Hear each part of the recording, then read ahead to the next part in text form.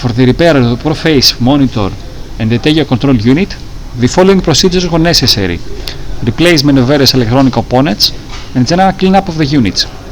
For testing, we added 24 volts DC power supply, and after a short period the monitor boots up.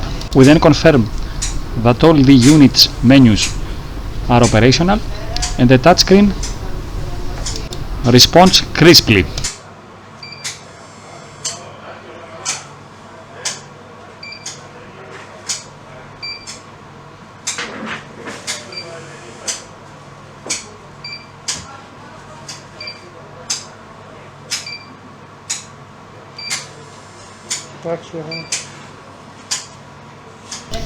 It is clear that all units are operating successfully and ready to be delivered to the customer.